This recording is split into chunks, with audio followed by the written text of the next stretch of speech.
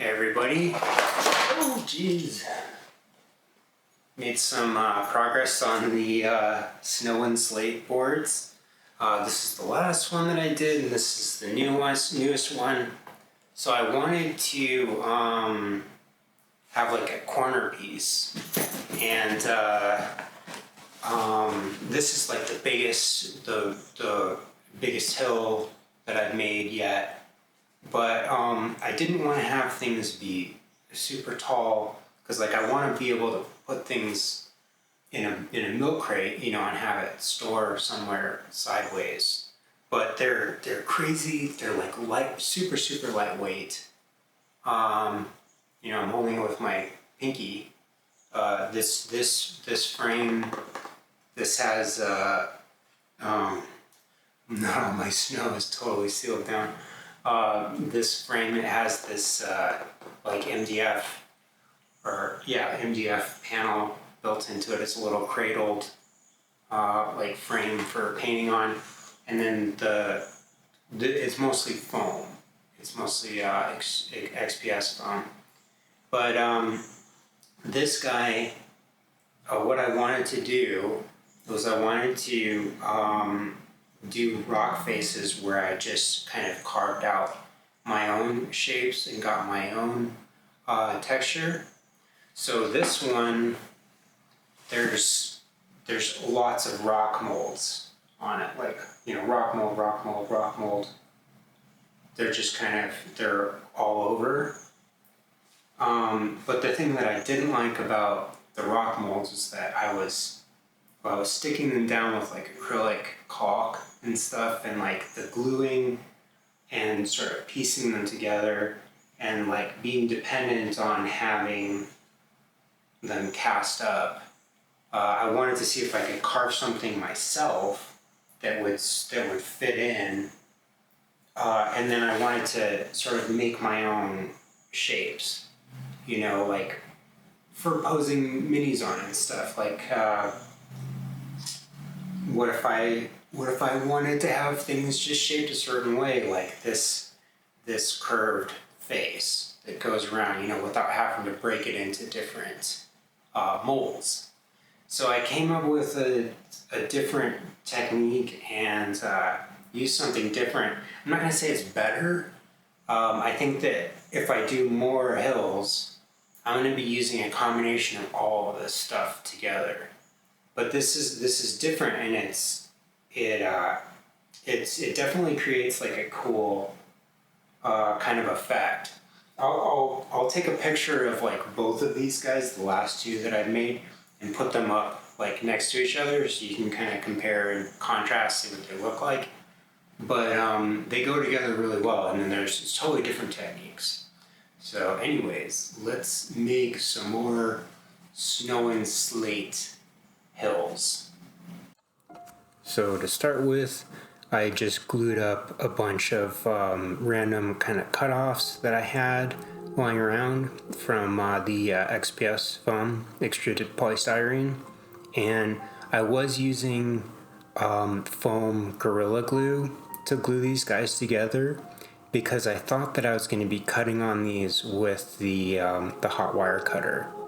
But I didn't end up doing that. I tried something different, and I like it better than the hot wire cutter.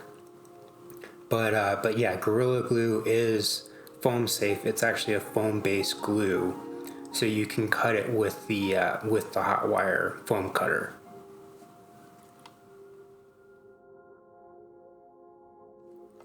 So instead of using the hot wire foam cutter, I decided I wanted to try a hacksaw blade, and I like this better for a few reasons, especially for this.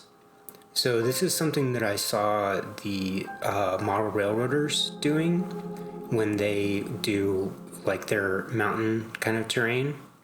So for one thing, the hot wire cutter, it needs like an electrical cord to attach to it, and you're kind of like dragging it around, and if you're cutting on certain types of styrofoam, it just smells horrendous. I mean, it will make your eyes bleed.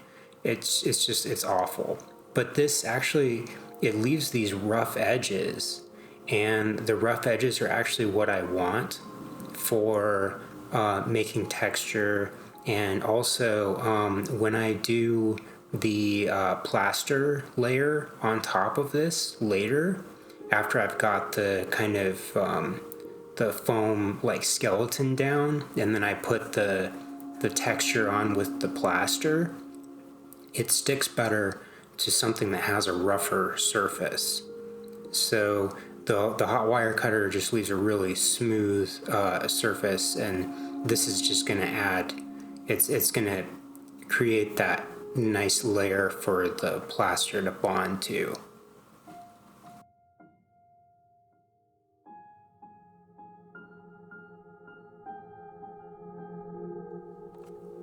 So 90% of the sculpting, I just did air quotes with my fingers, is gonna be with the utility knife.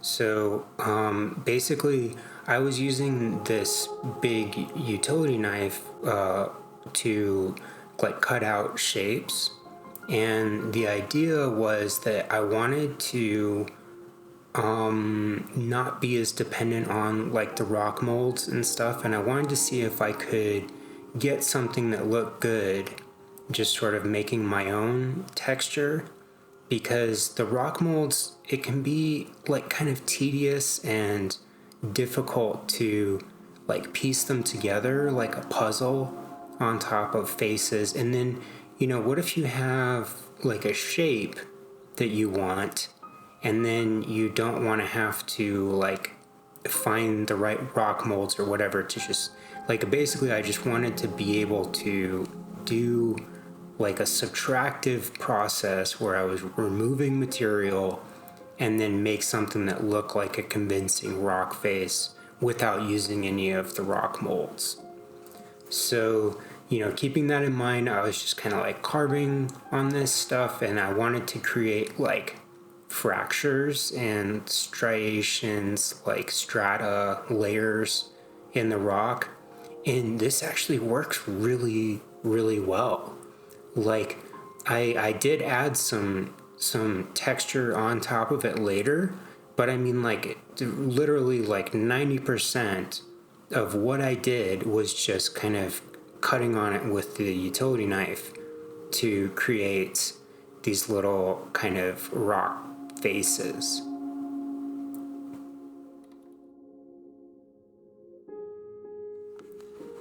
So after I had a shape that I was happy with, where I didn't feel like I needed to, turn it over and stuff, and handle it too much to get to carve on it anymore, where I could just kind of do some like detail stuff on the faces, I went ahead and put everything down with some acrylic caulk. And this stuff is super, super cheap. I'm using just some DAP acrylic caulk in a caulk gun. I don't know what you guys call that in the UK. I picture everybody laughing at me when I say caulk gun. But anyways, this stuff costs $1.50. Like a tube of acrylic caulk costs $1.50. So it's like dirt cheap, and there's a ton of glue in there. So yeah, I think it's a way better method, and it sticks to the foam, and it sticks to the cork really well. So after I had everything glued down, then I went in and did a little bit of fine detailing with a scalpel, but not very much at all. Like almost all of the sculpting, removing process I did with the big utility knife. But I did want to kind of have some shapes. So, I am trying to make like rock shapes, but I'm not doing texture and things like that. Like I want to create some rough texture for the for the plaster to stick to, and I want to have rock shapes, but I'm going to be doing all of the kind of rock texturing stuff with a really tough plaster later. So this is just going to be like the foam skeleton that everything else is going to stick to.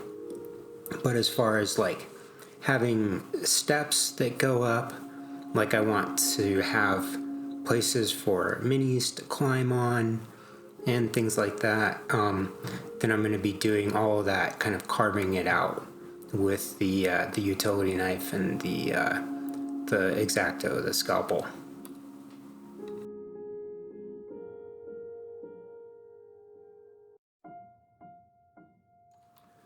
So the next layer is going to be this Durham's water putty, and I'm not really even sure what this stuff is. I'm pretty sure that it's a gypsum-based plaster because it creates this like rock hard surface when it cures, when it fully cures, but it has a working time. And also, this is the only time that I'm going to be using any of the rock molds on this. So I'm trying to sort of get like a certain kind of consistency, but it sets up very fast. So I'm going to use this to like glue on the rock molds to the foam, and then I'm also just going to kind of like paint it onto the surfaces of the rock, rock, and then I'm going to carve on it to get that rocky texture as it's curing. So I'm using a good quality palette knife to do this, and people use it for like oil painting. You would use it to mix colors on your palette.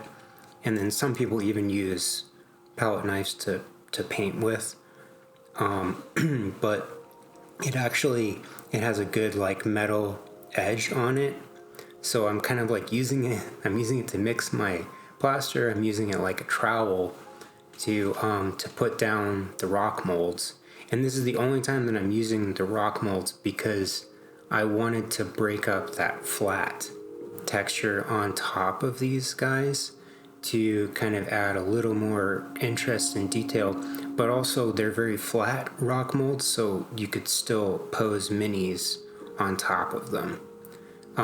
But yeah, I'm using it like a trowel to kind of like just spoon on some of the water putty stuff onto the rock molds to glue those down, and then I'm using it to like create texture on top of the foam as well, and to like spoon it into the cracks and stuff. But I did switch to a paintbrush to put it on the rock faces.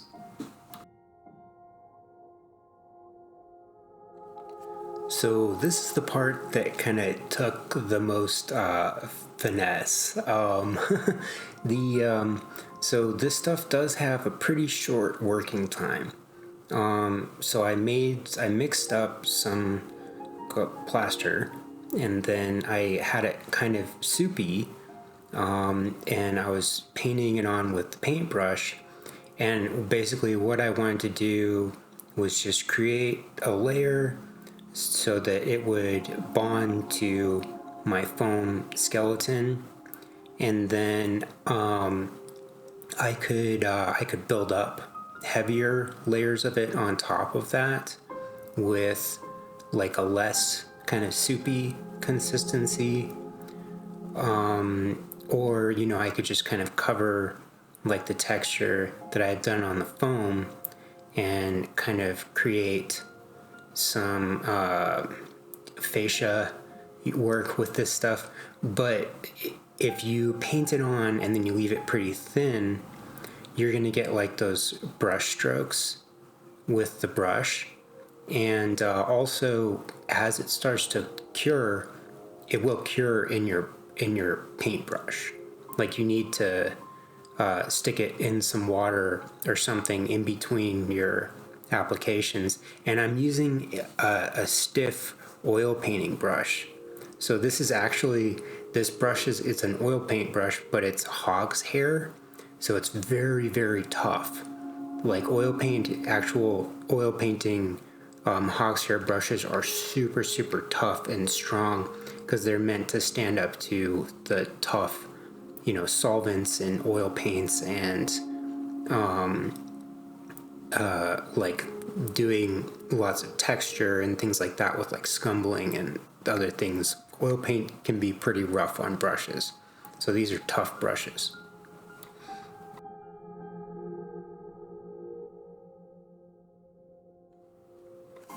So when this stuff starts to get like thick and chunky in the brush, that's kind of where I wanted it. Like that was kind of like the consistency that I wanted it.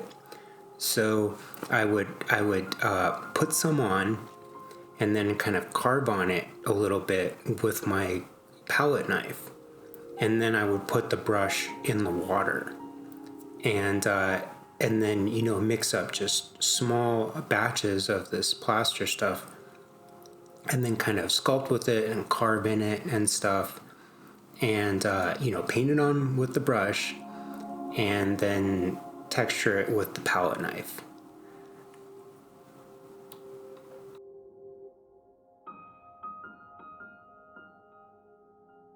But here's a close-up of what I'm doing with the palette knife. I'm like trying to get that kind of rocky texture. So, as it sets up, I'm kind of chipping at it because I want to get those, rock kind of like striations and chips and stuff where it looks like stuff has come off the side of these rock faces. And if I carve into the foam a little bit, then that's okay too. Like I'm gonna seal everything later. Again, I'm gonna seal it with something else before I spray paint things. So, but this is gonna protect the foam from like spray paint, and but it just creates this really cool looking rock texture. So I really like this. I'm definitely going to be using this technique more in the future if I do any more rock stuff, because I don't like being dependent on the rock molds for texture. I just want to be able to create my own, but I want to use a combination of different things to get something that looks really cool, and then sculpt it myself.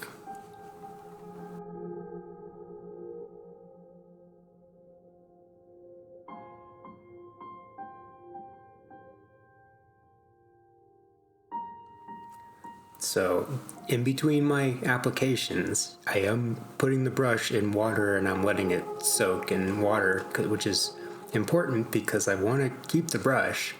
But yeah, so I went back and forth and did like soupy part, and then as it hardened, then I would kind of sculpt with it a little bit and like chip at it, and then put the brush in the water and then go back and forth doing that.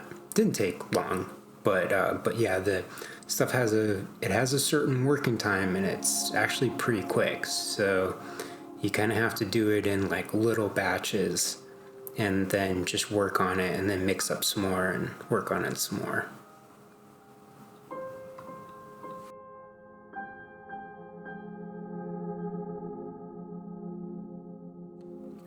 So I decided that I wanted to do some of my little flagstone tile casts on this guy too, and so I didn't use all of that PVA glue to glue those on, but I did use the PVA glue to just put the plaster to plaster to cork, because like with the acrylic caulk, that was mostly to glue foam to cork, or like the cork board to the picture frame things. So, but the this PVA glue, this tough Aleene's tacky glue, it's a really strong PVA glue, so it works just fine for gluing plaster to cork.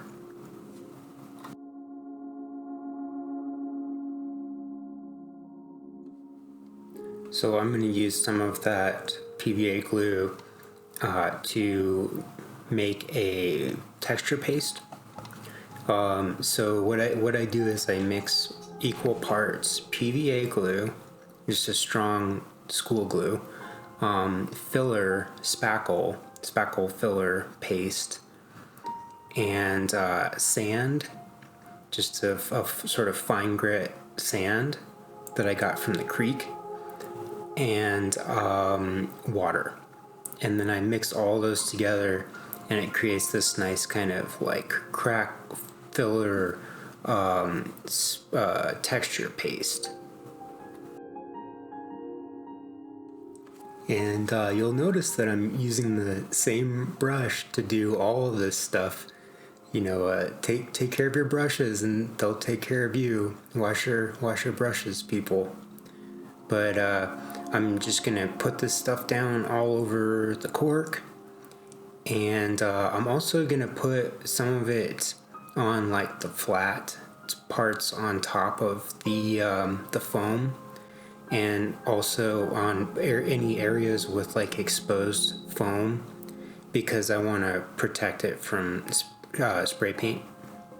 So, but this is just going to kind of create just a little layer of kind of like ground texture, and I want to like push it up against my flagstones and stuff to simulate earth coming up to the flagstones, and just, you know, to create some texture and seal things for spray paint.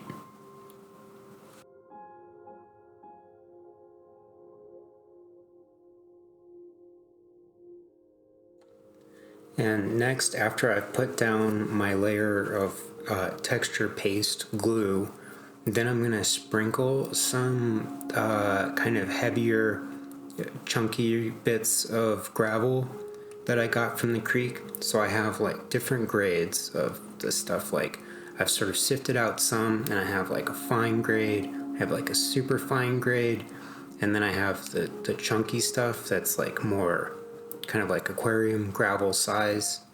But I'm kind of focusing it more on places where it looks like it's like fallen off of the rock faces. Like I want it to collect at rock faces and not just be everywhere, like around areas where like the flagstones are, because that's like where they would have cleared the land to put down stone. So they would have taken the stone out of there, cut it, and made it flat, and then put it back down again. So this is going to be in like the more like natural areas.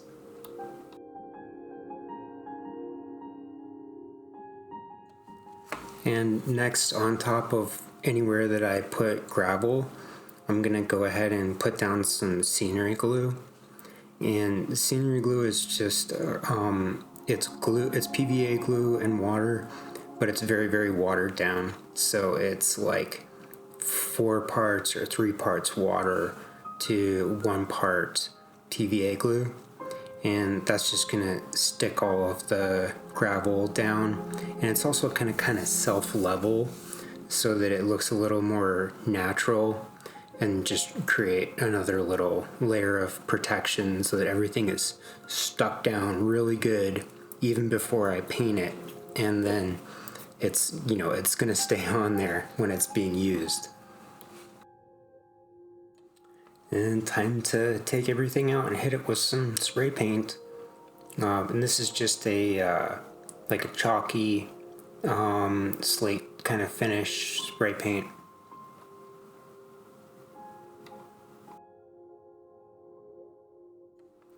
And you can see how it just instantly transforms things when you hit them with that first layer of paint. So I'm just going for like a super simple palette. I've done the same thing on all of these. which it makes it easy to repeat the process and have a consistent look on each piece of this board, because this is the fourth tile that I've done for this board, and the idea originally was to have it just be sort of like black, gray, and then white. Like the snow is going to be that high key highlight, and then I'm just going around with a dry brush. I'm using a makeup brush. I think that this is called a shader, and like it's a $2 elf makeup brush, but these things are fantastic for doing terrain stuff. But I'm gonna start at the tops of these guys on the rocks, and then I'm gonna work my way down. So I want my highest highlights with my mid-tone gray to be on the very like tippy tops of things, and then I'm kind of working in like circles on the top, and then as I go down, then I'm kind of coming down at an angle to hit it like sunlight. I want to hit these guys like sunlight. But this is just cheapo craft paint. It's like Michael's or Hobby Lobby, Walmart kind of craft paint. You can get it for like 50 cents a tube sometimes. But my brush, like my makeup brush, broke halfway. But I kind of like this better because I can get into those little cracks a little easier. And time for my favorite part, time to make it snow. So what I did with the other boards was I put down a little bit of like static grass, some like dead static grass, and then it was just sort of laying flat, and this stuff would kind of collect on top of it and stuff like that. I forgot to put down the static grass and like little tufts and stuff, but I don't hate it. I mean, it doesn't look bad, and it doesn't stand out from the other boards or anything like that. But yeah, I'm gonna do the same thing with this board. I'm gonna brush the snow off of the tops of rocks where it would have been blown off, and then also I want to keep it out of like high traffic areas for minis, so that they won't pick it up when they're being moved around on it. I want it to kind of settle into the little recesses so that they won't pick it up when it's being used, when it's being played on.